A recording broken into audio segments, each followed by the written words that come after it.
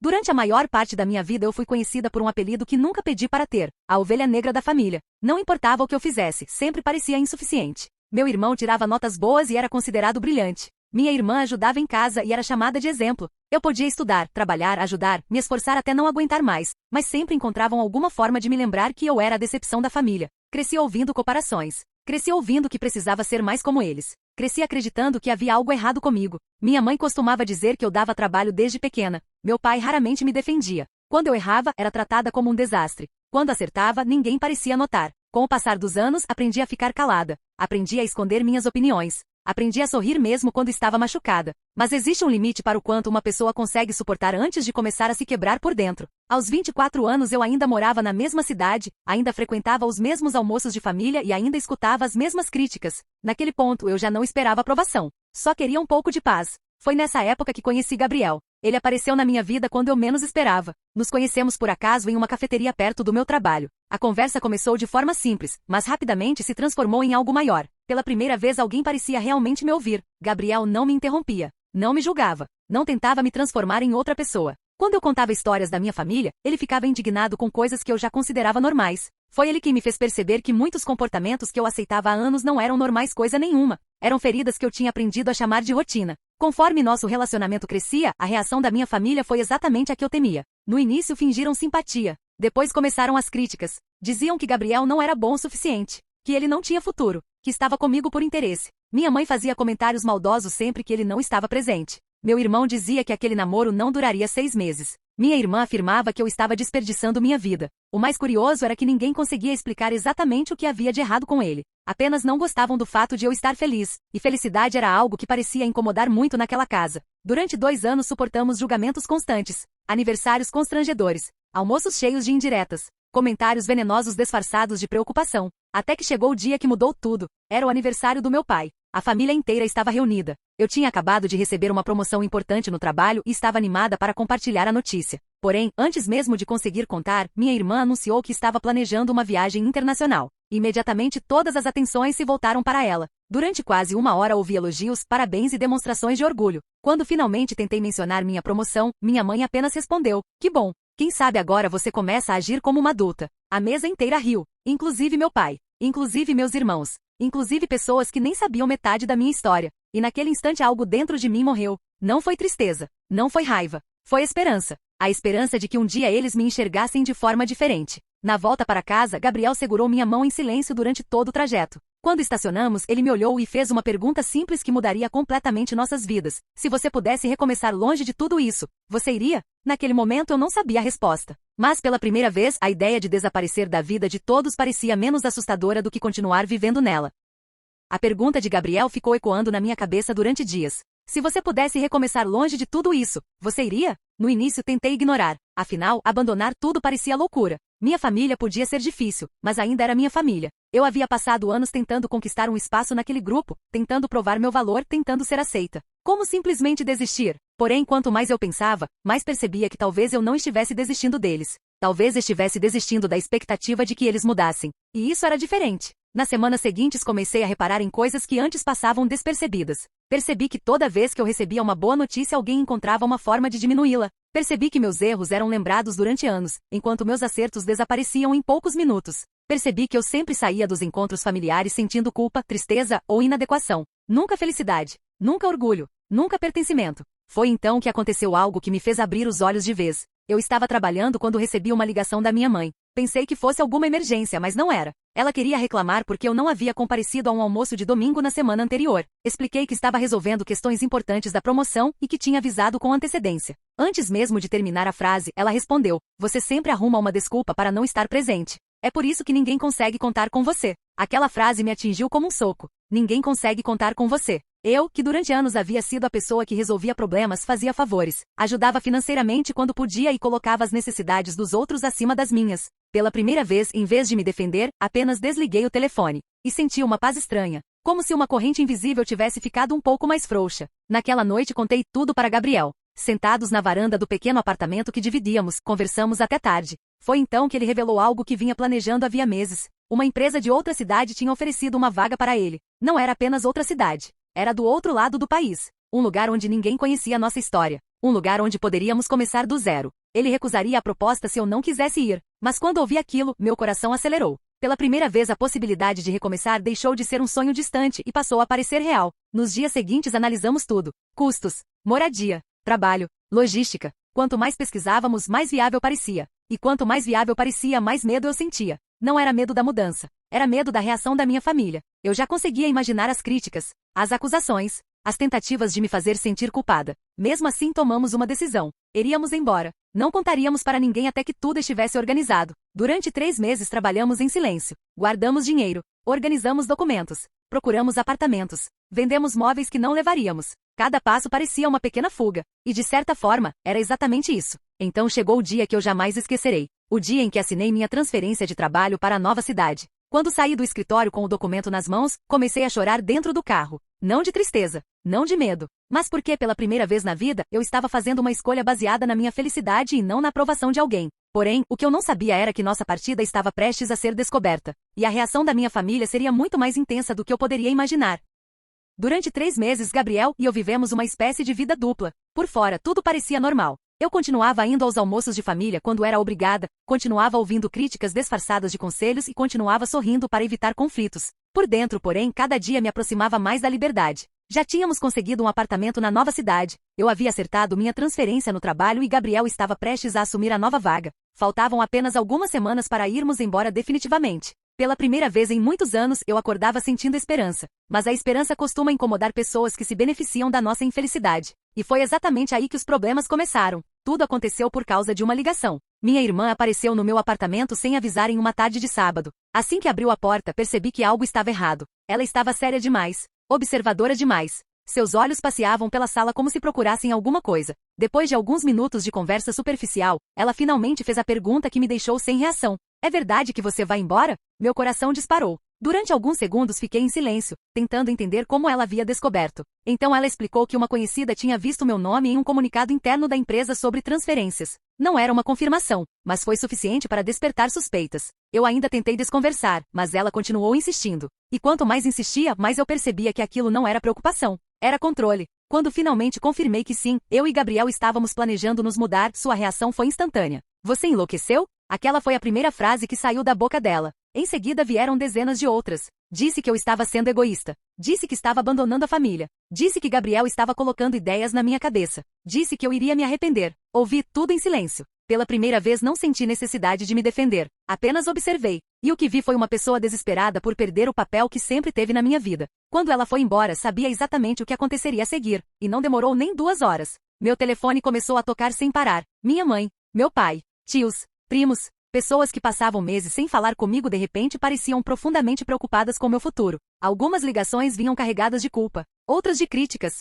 outras de ameaças emocionais disfarçadas de amor. Minha mãe chegou a dizer que eu estava destruindo a família. Eu quase ri ao ouvir aquilo. Uma família que passou anos me tratando como um problema agora afirmava que eu era indispensável. A contradição era tão absurda que finalmente comecei a enxergar tudo com clareza. Naquela noite, pela primeira vez na vida, desliguei o celular e deixei todas as mensagens sem resposta. Gabriel me encontrou sentada na varanda observando as luzes da cidade. Eu estava chorando, mas não de tristeza. Era como se anos de peso estivessem saindo dos meus ombros ao mesmo tempo. Ele sentou ao meu lado e segurou minha mão. Ficamos em silêncio durante vários minutos. Então eu disse algo que nunca tinha tido coragem de admitir em voz alta. Acho que eles nunca me amaram da forma que eu acreditava. Gabriel apertou minha mão com mais força, mas não tentou me contradizer, porque ambos sabíamos que aquela conclusão não tinha nascido de uma briga recente. Ela tinha sido construída ao longo de anos de rejeição. Nos dias seguintes a situação piorou. Minha mãe apareceu no meu trabalho. Meu pai tentou me convencer a cancelar tudo. Meu irmão me acusou de estar virando as costas para quem sempre esteve ao meu lado. A ironia daquela frase quase me fez perder a paciência. Porém, apesar de toda a pressão, eu não voltei atrás. E então chegou o dia da mudança. O dia que eu sonhei durante meses. O dia em que finalmente deixaria tudo para trás. Mas poucas horas antes de partirmos, aconteceu algo que ninguém esperava. Algo que revelaria um segredo guardado pela minha família durante anos e mudaria completamente a forma como eu enxergava minha própria história. Faltavam menos de 12 horas para eu e Gabriel deixarmos a cidade quando minha vida sofreu mais uma reviravolta. Naquela manhã, acordei determinada a ignorar qualquer tentativa da minha família de me fazer mudar de ideia. As caixas estavam prontas, os documentos organizados e o caminhão de mudança chegaria na manhã seguinte. Pela primeira vez em anos eu conseguia enxergar uma saída. Porém, por volta das 10 horas, alguém bateu na porta do apartamento. Imaginei que fosse minha mãe ou algum parente tentando criar mais um drama. Mas quando abri, encontrei minha avó. E aquilo me surpreendeu. Minha avó era uma mulher reservada. Nunca se envolvia nas discussões da família. Nunca tomava partido de forma clara. Na verdade, durante toda a minha vida ela parecia apenas observar tudo em silêncio. Ao vê-la parada ali, com os olhos vermelhos e uma bolsa antiga nas mãos, senti imediatamente que havia algo errado. Convidei-a para entrar. Ela recusou café, recusou água e foi direto ao assunto. Antes de você ir embora, existe uma coisa que precisa saber. Meu coração acelerou. Nos últimos dias eu já tinha ouvido tantas acusações e tentativas de manipulação que imaginei que fosse apenas mais uma delas. Mas bastou olhar para o rosto dela para perceber que era diferente. Havia tristeza. Havia culpa. Havia algo que parecia ter sido carregado durante muito tempo. Minha avó abriu a bolsa e retirou um envelope amarelado pelo tempo. Suas mãos tremiam. Eu prometi que jamais contaria isso, disse ela. Mas depois de tudo que vi acontecer com você, não consigo mais ficar calada. O silêncio tomou conta da sala. Gabriel, que estava organizando algumas caixas, sentou-se ao meu lado. Minha avó respirou fundo e então revelou algo que fez meu mundo inteiro parar. Você nunca foi tratada como seus irmãos porque, na verdade, você não é filha biológica do seu pai. Durante alguns segundos, achei que tinha ouvido errado. Meu cérebro simplesmente recusou a informação. Eu fiquei olhando para ela sem conseguir formular uma única palavra. Meu pai não era meu pai? Como assim? Minha avó começou a chorar. Ela explicou que muitos anos antes do meu nascimento, minha mãe teve um relacionamento com outro homem. Um relacionamento que terminou de forma complicada. Quando descobriu que estava grávida, ela já havia reatado com um homem que mais tarde eu conheceria como meu pai. Ele aceitou criar a criança como se fosse dele, mas nunca conseguiu superar completamente a situação. Nunca conseguiu olhar para mim sem lembrar da traição. E aos poucos, aquilo contaminou toda a dinâmica da família. Meu estômago embrulhou. De repente, dezenas de memórias começaram a fazer sentido. O tratamento diferente. A distância emocional. As comparações constantes. A sensação permanente de não pertencer. Eu passei 24 anos acreditando que havia algo errado comigo, quando na verdade eu estava pagando por uma história que nem sequer era minha. Eles sabiam? Perguntei com a voz trêmula. Minha avó fechou os olhos e assentiu lentamente. Minha mãe sabia. Meu pai sabia. E para meu choque absoluto, meus irmãos também descobriram anos antes. Eu era a única que não sabia. A única pessoa mantida na escuridão. As lágrimas começaram a cair sem controle. Não eram apenas lágrimas de tristeza. Eram lágrimas de indignação, de revolta, de luto por uma infância inteira construída sobre mentiras. Minha avó então me entregou o envelope. Dentro havia fotografias antigas, cartas e um documento com o nome do homem que era meu verdadeiro pai biológico. Antes que eu pudesse dizer qualquer coisa, ela segurou minha mão e falou algo que jamais esquecerei. Você nunca foi a ovelha negra. Você apenas cresceu em um lugar que decidiu te culpar por algo que nunca foi sua culpa. Naquele momento senti meu coração se partir e se reconstruir ao mesmo tempo. Mas a revelação ainda não havia terminado. Porque dentro daquele envelope, existia uma informação que mudaria completamente meu futuro e me faria questionar tudo o que eu acreditava saber sobre minha própria identidade. Depois que minha avó foi embora, fiquei sentada no sofá por quase uma hora sem conseguir me mover. O envelope permanecia aberto sobre minhas pernas, mas eu não tinha coragem de olhar para seu conteúdo novamente. Era como se toda a minha vida tivesse sido arrancada de mim e substituída por uma história completamente diferente. Durante 24 anos eu me perguntei o que havia de errado comigo. Durante 24 anos tentei merecer o amor de pessoas que já tinham decidido, muito antes de eu entender qualquer coisa, que eu seria tratada de forma diferente. E agora eu descobria que o problema nunca fui eu. O problema era um segredo que os adultos ao meu redor escolheram esconder. Gabriel permaneceu ao meu lado o tempo todo. Não tentou dar respostas. Não tentou minimizar minha dor. Apenas segurou minha mão enquanto eu tentava juntar os pedaços da verdade. Quando finalmente reuni coragem para examinar o conteúdo do envelope, encontrei várias cartas antigas. Algumas estavam amareladas pelo tempo. Outras tinham marcas de lágrimas secas. Entre elas havia uma fotografia de um homem sorrindo ao lado da minha mãe quando ambos pareciam muito jovens. Virei a foto e encontrei uma dedicatória escrita à mão. Para Ana e para nossa pequena estrela que ainda vai chegar ao mundo. Meu coração disparou. A data mostrava que a fotografia tinha sido tirada poucos meses antes do meu nascimento. Abaixo da foto havia um nome, Marcelo. Pela primeira vez na vida eu tinha um nome. O nome do homem que era meu pai biológico. Continuei examinando os documentos e encontrei algo ainda mais surpreendente. Havia várias cartas enviadas por Marcelo depois do meu nascimento. Cartas que eu nunca tinha visto. Cartas onde ele perguntava sobre mim. Onde pedia notícias. Onde dizia querer participar da minha vida. Em uma delas ele escrevia que tinha tentado entrar em contato diversas vezes, mas era ignorado. Em outra dizia que não desistiria de me encontrar. As lágrimas voltaram imediatamente. Durante anos eu acreditei que tinha sido abandonada. Durante anos pensei que meu pai biológico simplesmente não se importava. Mas aquelas cartas contavam outra história. Uma história de alguém que tentou se aproximar e foi impedido. Então encontrei o último documento dentro do envelope. Era um relatório de investigação particular feito cerca de 10 anos antes. E nele havia uma informação que fez meu coração quase parar. Marcelo ainda estava vivo. Mais do que isso, morava em outra cidade, trabalhava como engenheiro e tinha construído uma família. Durante alguns minutos fiquei encarando aquelas palavras sem conseguir respirar direito.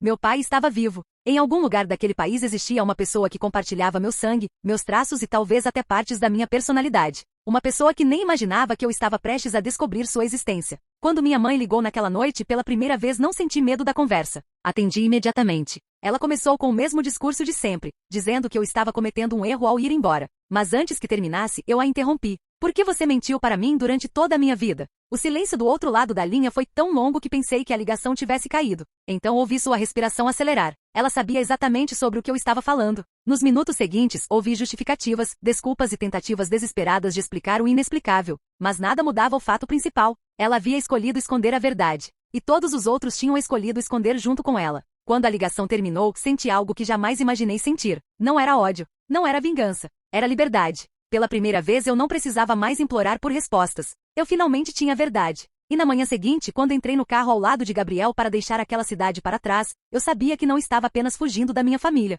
Eu estava indo ao encontro da minha verdadeira história. O que eu ainda não imaginava era que poucos meses depois, uma ligação inesperada mudaria tudo mais uma vez. Porque alguém havia encontrado minhas tentativas de contato. E esse alguém era Marcelo.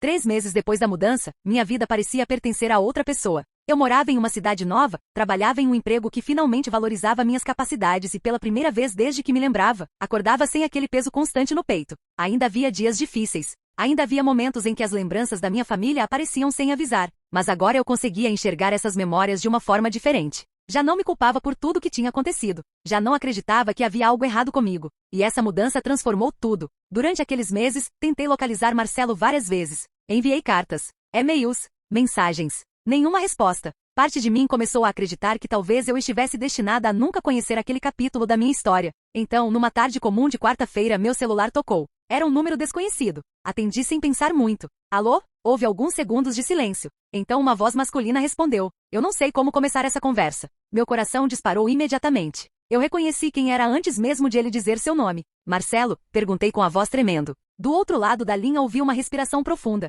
Sim. Naquele momento senti minhas pernas enfraquecerem. Precisei me sentar. Durante 24 anos eu vivi sem conhecer aquele homem. E agora sua voz estava ali do outro lado da ligação. Nenhum de nós sabia exatamente o que dizer. Durante os primeiros minutos apenas choramos. Choramos pelo tempo perdido. Pelas perguntas sem respostas. Pelos anos que jamais poderiam ser recuperados. Marcelo me contou que tinha recebido minhas mensagens poucas semanas antes. Disse que levou dias para criar coragem de responder. Não porque não quisesse falar comigo, mas porque tinha medo da reação. Medo de descobrir que eu o odiava. Medo de descobrir que eu não queria conhecê-lo. Quando ouvi aquilo, chorei ainda mais. Porque durante toda a minha vida eu tinha acreditado justamente no contrário. Acreditava que ele não queria me conhecer. Conversamos por horas naquele dia. Depois conversamos novamente no dia seguinte. E no outro. E no outro. Aos poucos comecei a descobrir partes de mim mesma que nunca compreendi. Descobri que eu tinha herdado dele a paixão por leitura. Descobri que ele também adorava café forte e tempestades de verão. Descobri que tínhamos o mesmo sorriso torto quando ficávamos nervosos. Pequenos detalhes que pareciam insignificantes para qualquer outra pessoa, mas que para mim representavam algo enorme.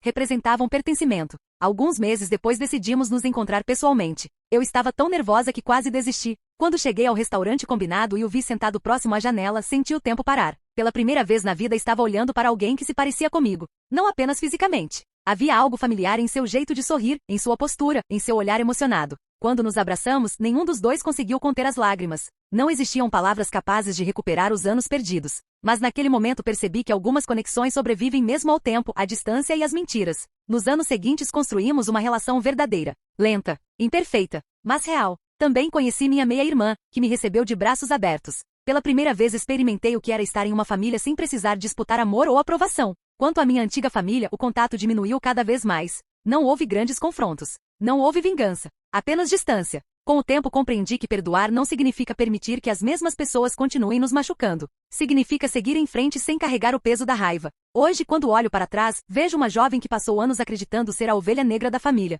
Uma jovem que fugiu com o namorado achando que estava abandonando tudo. Mas a verdade é que eu não estava fugindo. Eu estava me encontrando. Às vezes precisamos nos afastar de quem insiste em nos diminuir para descobrir quem realmente somos. E foi exatamente isso que aconteceu comigo. Eu saí daquela cidade acreditando que estava perdendo uma família. Mas no final, acabei encontrando uma nova, encontrando meu verdadeiro pai e, acima de tudo, encontrando a mim mesma. Porque a maior liberdade não é fugir dos outros. É finalmente deixar de enxergar a si mesmo pelos olhos de quem nunca soube reconhecer o seu valor. Fim.